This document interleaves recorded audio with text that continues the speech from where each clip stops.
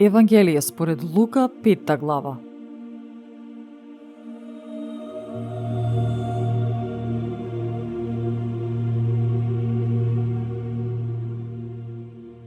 Еднаш, кога народот се притискаше кон него за да го чуе Словото Божјо, тој стоеше покрај Генисаретското езеро. И виде два кораба што стоја покрај езерото, а и рибарите бие излегле од нив и ги плавеа мрежите. Тој влезе во еден од корабите кој беше на Симон, па го замоли да отплови малку од брегот, па седна и почна да го поучува народот од коработ. А штом престана да говори, му рече на Симон: "Заполви кон длабините и фрлете ги мрежите своји за лов." Но Симон му одговори и рече: "Учителе, цела ноќ се трудевме и ништо не уловивме, но по твојот збор ќе ја фрлам мрежата." И штом го направија тоа, уловија толку големо количество риба, што дури мрежата им се кинеше. Им дадоа знак на другарите што беа во другиот кораб да дојдат и да им помогнат, и тие дојдоа и ги наполнија двата кораба, така што почнаа да тонат. А кога го виде тоа, Симон Петар падна пред неговите нозе и му рече: "Оди си од мене, Господи, зашто сум грешен човек." Зашто него и сите што беа со него ги беше обзел страв од ловот на рибите.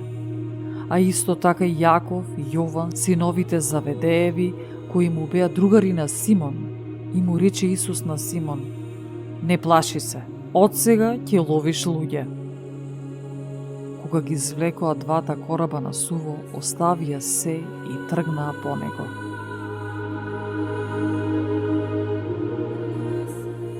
А кога беше Исус во еден град, ете, човек сиот лепрозен, штом го виде Исуса, падна ничков и молејќи му се рече: "Господи, ако сакаш, можеш да ме очистиш."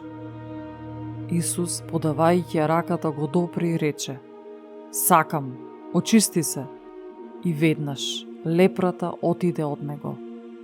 И тој му заповеда никому да не кажува, туку: "Оди и покажи му се на свештеникот и принеси дар за очистувањето твое, како што одредил Мојсей ним за сведоштво." Но уште повеќе се разнесуваше глас за него и многу народ доаѓаше да го слуша и да се излекува преку него од своите болести. А тој се повлекуваше во пустината и се молеше.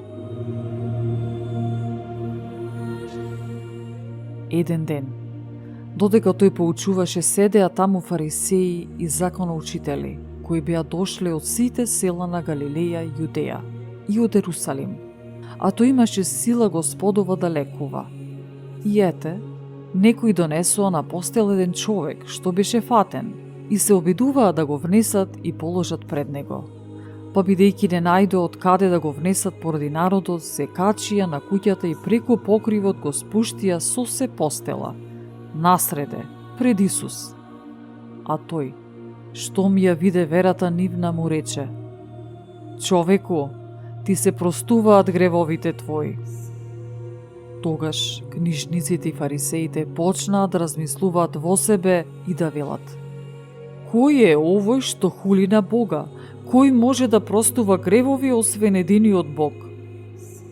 А Исус, кога ги разбра нивните помисли, им одговори и рече: "Што размислувате во срцата своји? Што е полесно да се каже?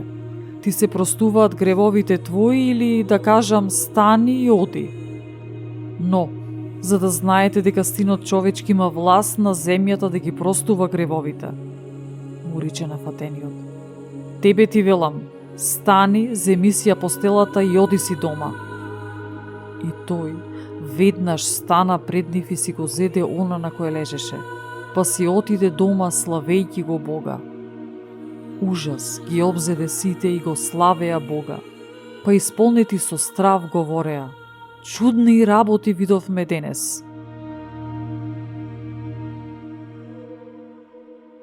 А потоа излезе Исус и виде еден цариник по име Леви, кој седеше во царинарницата и му рече: "Врви по мене." Тој остави се, стана и тргна по него. И во својот дом Леви му приготви голема гозба, а таму имаше многу цариници и други што седеа на трапезата со нив. Книжниците нивни и фарисеите негодуваа против него, им говореа на учениците негови: зошто со цариници и грешници јадете и пиете? Исус им одговори и рече: здравите немаат потреба од лекар, туку болните. Не сум дошол да ги повикам праведните на покаяние, туку грешните.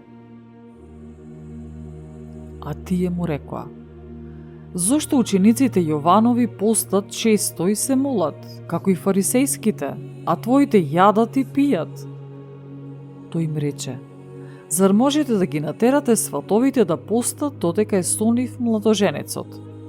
Но ќе дојдат дни, кога ќе се оддели од нив младоженецот и тогаш во тие дни ќе постат. И им ја кажа и оваа парабола: никој не пришива на стара облека крпа одсечена од нова облека, зашто и новата ќе се отпара, а и на старата не и прилега нова крпа.